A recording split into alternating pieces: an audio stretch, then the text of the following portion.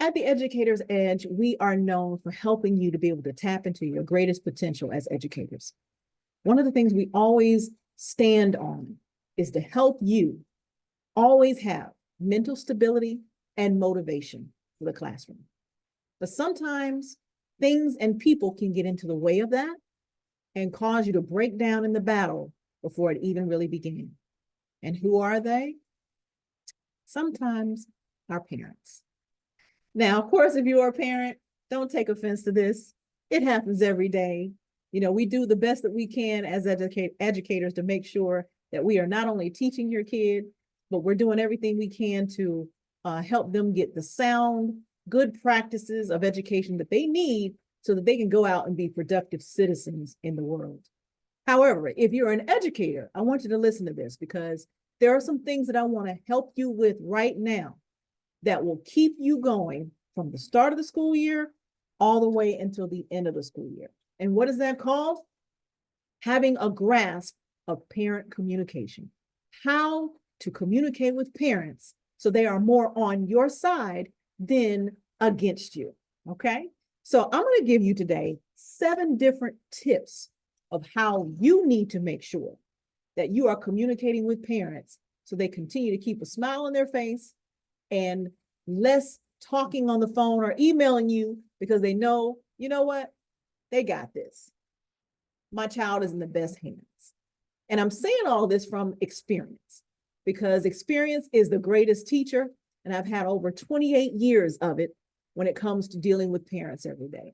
And I'll be the first one to tell you that I do not mind picking up a phone to make any call when it comes to parents. It's not a matter of me being confident. I'm unafraid. They're people just like I'm people, a person. And the fact is, I had a child in school too. And I had to deal with teachers as well, even as an educator. But my first priority was myself as a parent. So when they know that you can pick up the phone and call them, they really would rather have the call than the email because they realize how important it is for them to get in touch with you to know more about their child. And it's not always something dealing with the fact that it's negative, like the child messed up and misbehaved, got into trouble. But a lot of times they want to know the positive things of what's going on in the classroom.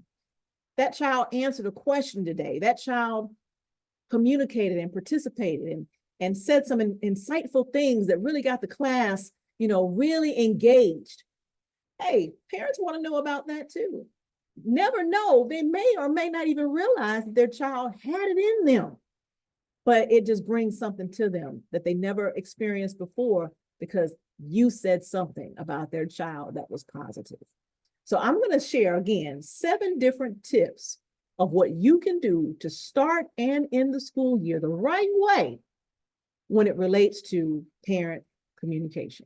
So the first thing is starts at open house, the very beginning of the school year, and you're trying everything you can to bring all the parents in for each class period that you're going to have these new kids on your roster.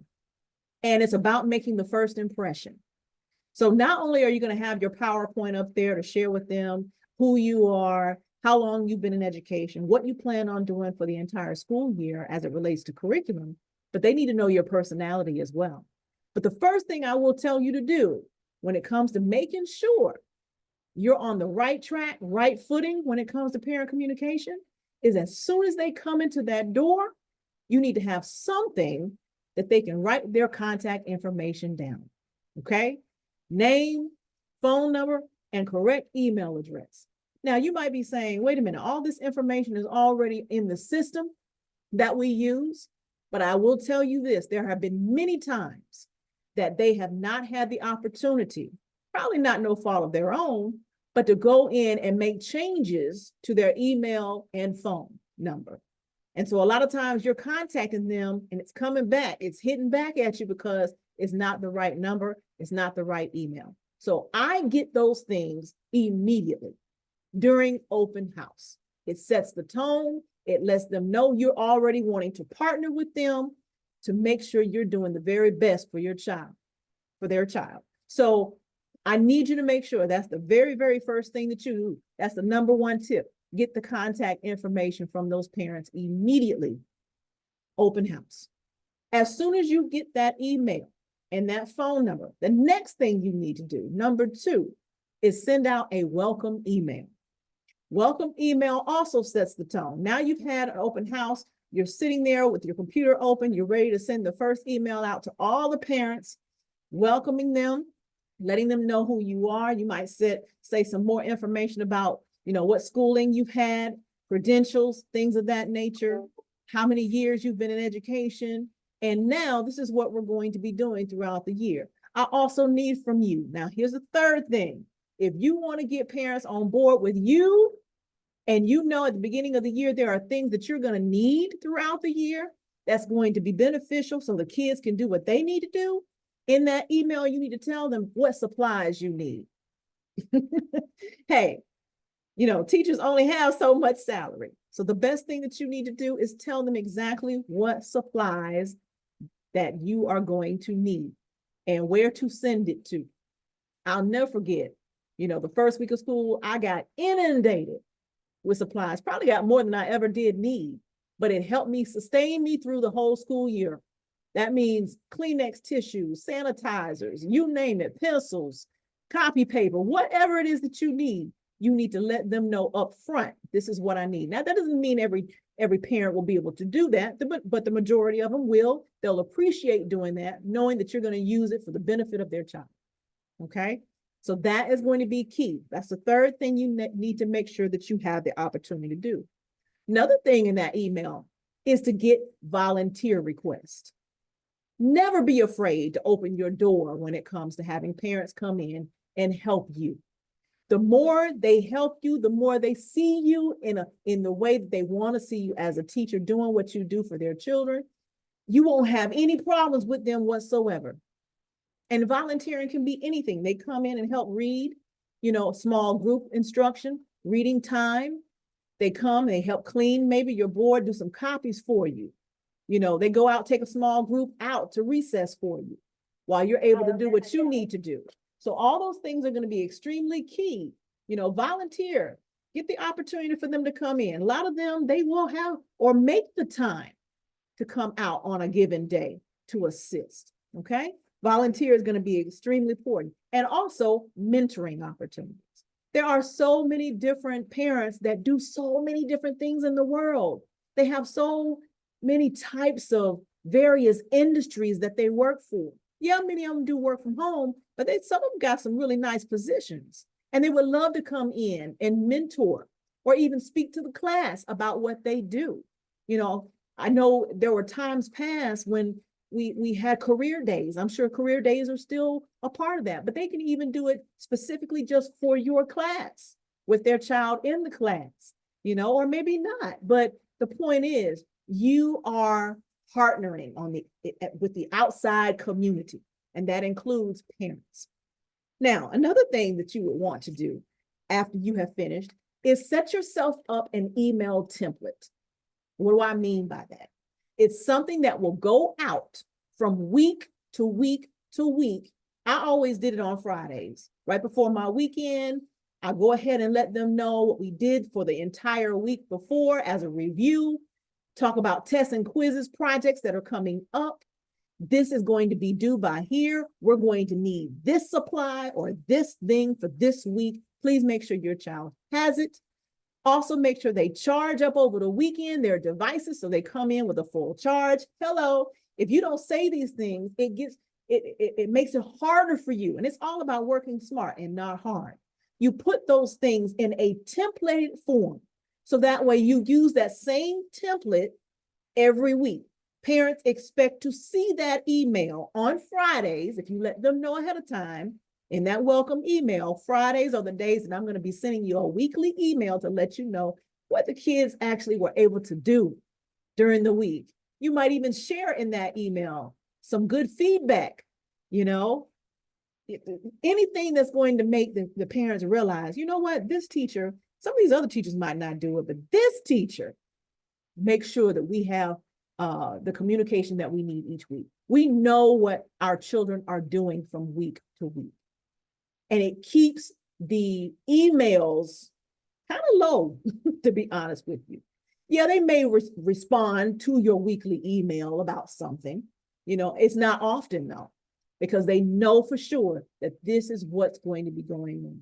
You keep all of that extra negative feedback and communication from parents at a minimum when you send out emails from week to week. Okay. So the next thing, which is number 5 that you want to do, is to pick up the phone. I'm going to say it again. Pick up the phone. It has become, I've seen, very characteristic for a lot of teachers and educators to send an email. They're quick to send an email, but they're not quick to pick up the phone.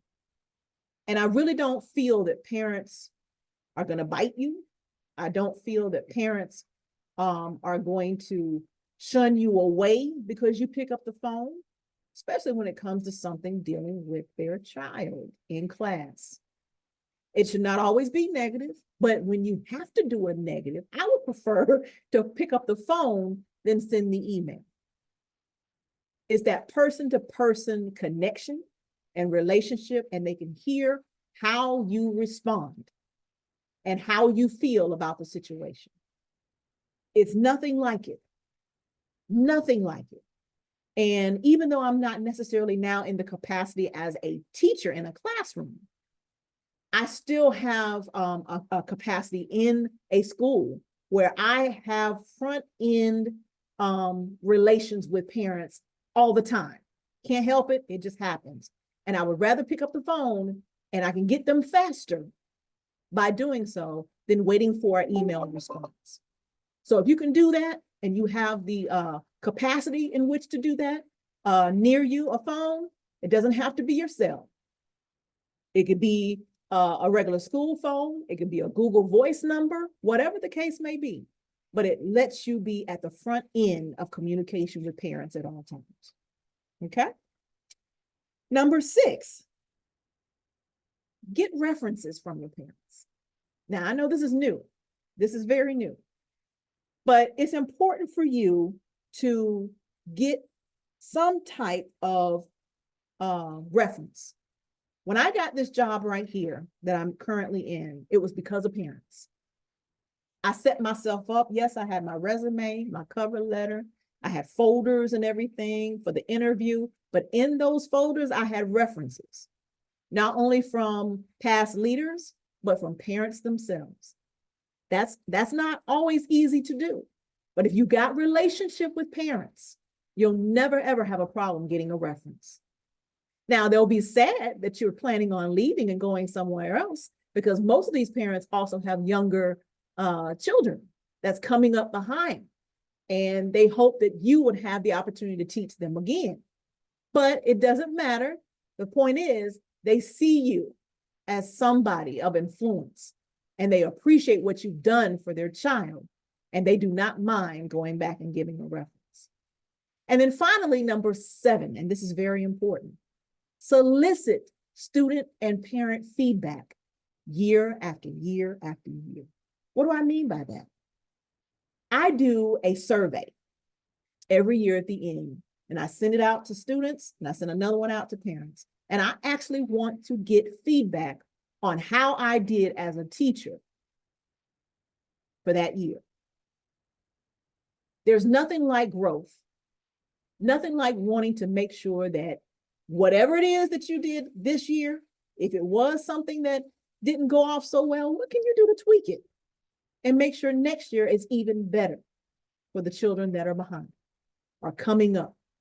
And it's important to do that. And I look at every single one of them.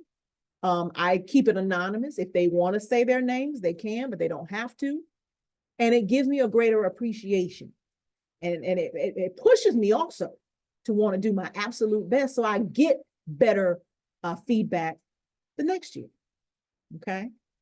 Does it mean I've always arrived at that point? No, because you can always continue to grow. Okay. So those are 7 tips to help you to have better communications with parents. If you start the school year off the smart way, you never have to work hard in the end. All right. I'm Dr. Lily Jenkins of The Educator's Edge, or Don't Mess with Dr. Jenkins. You want to know more about the Educator's Edge? Go to theeducatorsedge.com. We have courses there that you can take. There's also mentorship opportunities, so you can learn more from the second layer of professional development. Take care.